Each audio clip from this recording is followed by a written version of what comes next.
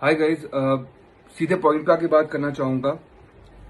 मैं कुछ कमेंट्स देख रहा हूँ। काफी लोग कहीं कुछ लिख रहे हैं कि जो सुसाइड करते हैं वो डरपोक होते हैं, कॉवर्ड होते हैं। बिल्कुल सही, बहुत सही बोल रहे हैं आप लोग। बहुत होता है, सब समझते हैं, सब वही है। लेकिन अगर कोई इंसान जा चुका है इस दुनिया से, उसके बारे में ये सब बातें, कुछ कुछ लोग तो उसकी पिक्चर्स है जो वो कहीं से लीक हो गई है, वो सर्कुलेट किए जा रहे हैं। अबे शर्म करो, शर्म करो सालो, शर्म करो। तुम्हें तुम्हें तुम्हें समझ भी आ रहा है तुम क्या कर रहे हो? जो इंसान जा चुका है, जो इंसान इस दुनिया में नहीं है अब, जो इंसान कुछ घंटे पहले जा चुका है, उसकी पिक्चर तुम सर्कुलेट कर रहे हो। जो इंसान वो पिक्चर देख रहा है उसका दिल वैसे ही टूट रहा है। आधे से ज्यादा दुनिया डिप्रेशन में है और ये सच है। डिप्रेस हैं लोग, बहुत प्रॉब्लम्स है। गलत है, ये चीज नहीं करना चाहिए। पर तुम लोग जानते कितना हो किसी के बारे में यार, कि तुम लोग कमेंट करोगे? तुम जानते कितना हो? हाँ, वो इंसान जिसने अपनी पूरी जिंदगी स्ट्रगल की, एक स्ट्रगल करके एक एक्टर था, जो एक नॉर्मल टीवी एक्टर से एक फिल्म स्टार बना, उस बंदे ने कितना स्ट्रगल देखा होगा, वो तुम लोग घर बैठ के फोनों पे नहीं जानते हो। तुम लोगों को नहीं पता है, किसी को नहीं पता है कि कितना स्ट्रगल उस इंसान ने किया है, तो वो यहां तक पहुंचा है। अगर इंसान कोई चीज मारता है ना, वो अकेलापन होता है। अकेलापन होता है जो इंसान को खत्म करता है। हाय एवरीवन, मैं कभी ये सारी चीज़ों के बारे में बात नहीं करती हूँ, लेकिन जो भी सुशांत के साथ हुआ है उसके बारे में मैं सोचना नहीं बंद कर पा रही हूँ। मैं उसके वीडियोस देख रही हूँ बार बार, और मेरे दिमाग से ये बात नहीं जा रही है कि ये दुनिया कितनी ज़्यादा फेक है। मतलब लोग कहते हैं कि जब आपके पास पावर होता है, फेम होता है, पैसा होता है, तो दुनिया आपके पीछे पीछे होती है। पर इस केस में तो ऐसा भी नहीं था। तो मतलब दुनिया कितनी ज़्यादा फेक है। आप ये वीडियो देखिए। Because you, I know, always only talk about your work. Yeah, because other than that, I'm very boring. Because I'll tell you very, very honestly, I just have two friends, and so I have three friends now, thankfully. But I just I cannot make friends. Not because I don't like people. I really like them, but somehow they don't find my conversations very interesting. And so the first time they'll pretend to be liking me, but then somehow they don't take my calls. So yeah, so I don't have many friends. I know that it takes a lot to be exciting all the time. It takes a lot to make sense all the time, or at least pretend to to pretend to know your shit, you know what you're saying all the time. So देखा आपने, क्या फायदा है? अभी पूरी दुनिया उठ के उसके बारे में पोस्ट कर रही है। ये दुनिया इतनी फेक है कि चीजें फील नहीं करती है, प्रोसेस नहीं करती है। उसके पहले तो वो लोग सोच रहे होते कि पोस्ट कैसे करें इस चीज के बारे में। ये है आज की दुनिया। अरे यार, पहले चीज को फील तो कर लो। बस दूसरों का वैलिडेशन चाहिए। कोई कुछ अच्छा काम करता है तो इस इंटेंशन से पोस्ट नहीं करता है कि मैं 100 लोगों को इन्फ्लुएंस करूं कि तुम भी जाके अच्छा काम करो। वो इस इंटेंशन से पोस्ट करता है कि भाई देखो, मैं अच्छा इंसान हूं और मैं यहाँ ये प्रूव करने आया हूं। ये है सोशल मीडिया, ये है आज की दुनिया। हद है यार। पहले ना इंसान बनो। बहुत इजी होता है ये सब पोस्ट करना कि भाई mental health, mental health, mental health. बहुत फैंसी लगता है ना ये वर्ड। प्लीज आज एक प्रॉमिस करो कि टेंशन कोई भी हो, सोल्यूशन है। कहीं ना कहीं उसका सोल्यूशन है, और वो सोल्यूशन आत्महत्या बिल्कुल नहीं है, कभी नहीं है, किसी हालत में नहीं है।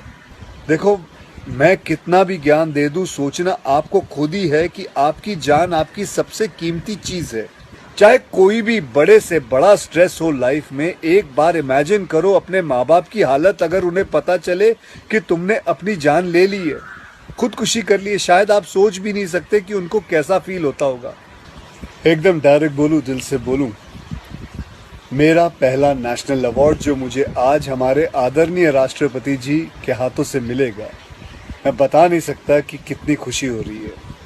आपको पता है, जिस दिन इस नेशनल अवार्ड की अनाउंसमेंट हुई थी ना, उस दिन मैं अपनी माँ से बात करते हुए अपने बचपन का एक दिन याद कर रहा था, जिस दिन एग्जाम का रिजल्ट आया था और मेरे मार्क्स बिल्कुल अच्छे नहीं थे। आप लोगों से झूठ नहीं कहूँगा, मैं उस कक्षा में फेल हो गया था। रिपोर्ट कार्ड लाते हुए मैं ये सोच रहा था कि आज घर में बड़ी कुटाई होने वाली है यार। उस दिन मेरे पिताजी ने मुझे सामने बिठाया और बड़ी शांति से कहा, देखो बेटा, तुम करना क्या चाहते हो, ये बताओ मुझे, बताओ करना क्या चाहते हो। मैंने कहा, पापा मैं स्पोर्ट्स में मन लगता है मेरा, मैं खेल कूद करना चाहता हूँ, खिलाड़ी बनना चाहता हूँ। उन्होंने कहा ठीक है, फिर उसमें ध्यान दो, हम सपोर्ट करेंगे, साथ में थोड़ी पढ़ाई भी करो। आप विश्वास नहीं करोगे, खेलते खेलते मैं मार्शल आर्ट करने लग गया, मैं मॉडलिंग में आ गया, एक्टिंग शुरू कर दी। उन्होंने हर चीज़ में मुझे सपोर्ट किया। अगर उस दिन मेरे पेरेंट्स ने ये ना समझाया होता कि मेरी स्ट्रेंथ किस चीज़ में है, तो आज मैं सोच भी नहीं सकता कि ये नेशनल अवार्ड कभी मेरे हाथ पे होता। ये अपने लाइफ की कहानी मैं आपको एक वजह से सुना रहा हूँ। कुछ दिन पहले अखबार में मैंने पढ़ा था कि एक IIT के स्टूडेंट्स ने फांसी लगा के आत्महत्या कर ली, स्ट्रेस में था पढ़ाई के लिए। उससे कुछ दिन पहले मुंबई में एक मैनेजमेंट स्टूडेंट ने एक 5 स्टार होटल के रूम से छलांग लगाकर अपनी जान दे दी। एग्जाम में फेल हो गया था। मैं कहीं ये भी पढ़ रहा था कि करीब 8 लाख लोग हर साल वर्ल्ड में अपनी जान खुद ले लेते हैं और उसमें तकरीबन 1.5 लाख लोग सिर्फ हिंदुस्तान से होते हैं। और यंग लोगों में आत्महत्या के सबसे बड़े कारण जो होती है वो होती है पढ़ाई या फिर रिलेशनशिप का स्ट्रेस। क्यों? तुम्हारी जान एक एग्जाम के मार्कशीट से सस्ती हो गई है? नहीं। ऐसा क्या पढ़ाई कर रहे हो? इससे तो देश के लिए सरहद पे जाके जान लगा दो दांव पे।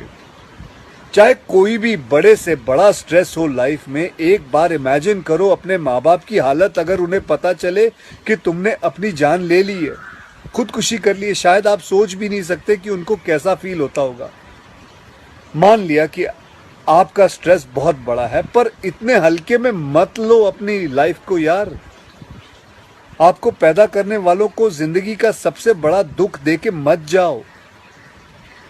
और पेरेंट्स से भी यही कहूंगा, यही पूछना चाहूंगा कि कहाँ गए वो ज़माना, कहाँ गया वो ज़माना जब आप लोग अपने बच्चों के साथ डिनर टेबल पे बैठ के बातें किया करते थे, पूछा करते थे कि कैसा चल रहा है, आपके दोस्त कैसे हैं, पढ़ाई कैसी चल रही है। आज आपका बच्चा आपको अपना स्ट्रेस कैसे बताएगा जब आप भी अपने फ़ोन में आंखें गाड़ के बैठे हो और आपका बच्चा भी फेसबुक पे फ्रेंड्स ढूंढ रहा है।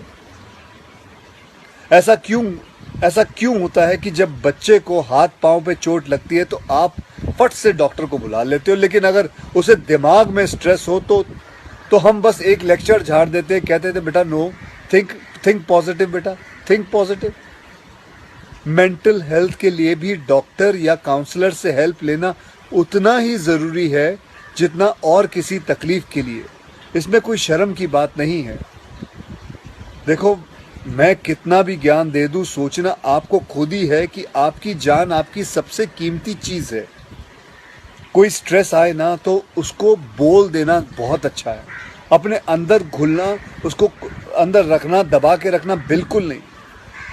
किसी दोस्त को बोल दो या अपने माँ बाप से शेयर करो।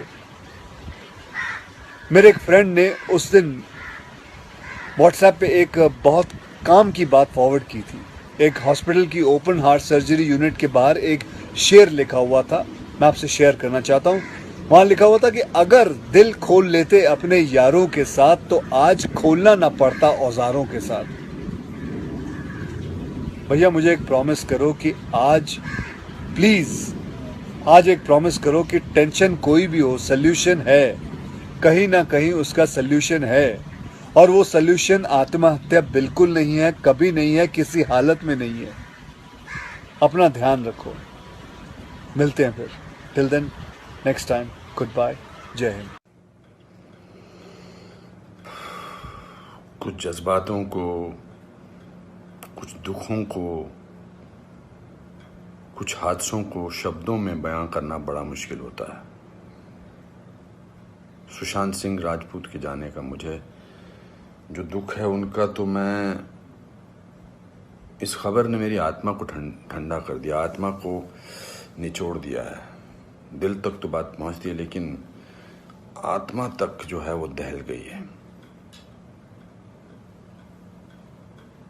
ये वीडियो बनाते वक्त भी सोच रहा हूँ क्या बोलूँ मैं, पर बोलने से कभी कभी, शेयर करने से कभी कभी नहीं, इस खबर पर तो शेयर करने से भी दुख कम नहीं होगा। मैंने MS Dhoni the untold story में सुशांत के फादर का रोल किया था, और क्योंकि कहानी बाप बेटे की थी और इसलिए रिश्ता भी ऑफ द स्क्रीन बाप बेटे जैसा ही हो गया था।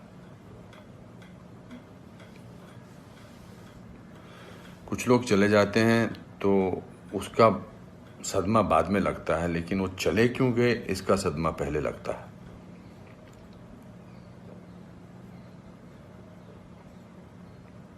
आई थिंक लोगों का एक दूसरे से बात करना बहुत ज़रूरी है। लोगों का एक दूसरे का दुख पहचानना बहुत ज़रूरी है। लोगों के एक दूसरे की तकलीफ़ को जांचना या तकलीफ़ को महसूस करना बहुत ज़रूरी है आज की दुनिया में।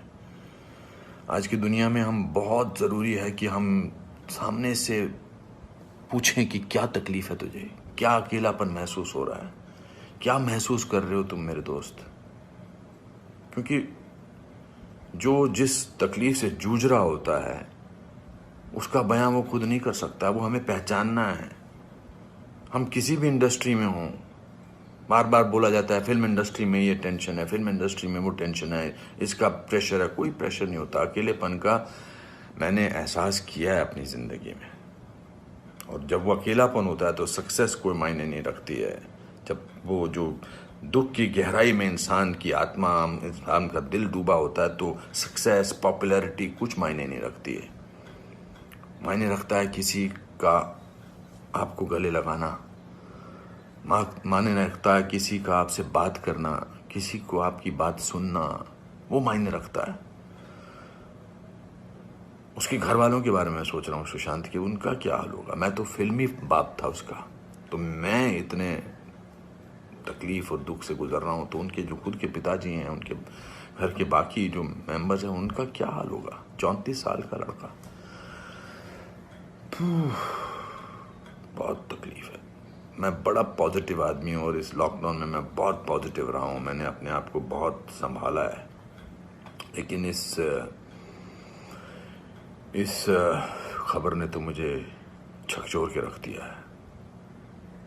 बहुत ही was very very positive, very energetic. Anupam ji ऐसे ट्राई करते हैं, अनुपम जी ऐसे ट्राई करते हैं। कभी मैं उसको कहता था यार शांत हो जाए यार प्लीज़। कहता नहीं आपने तो अपना करियर बनाना है, मुझे देख, मुझे करना है।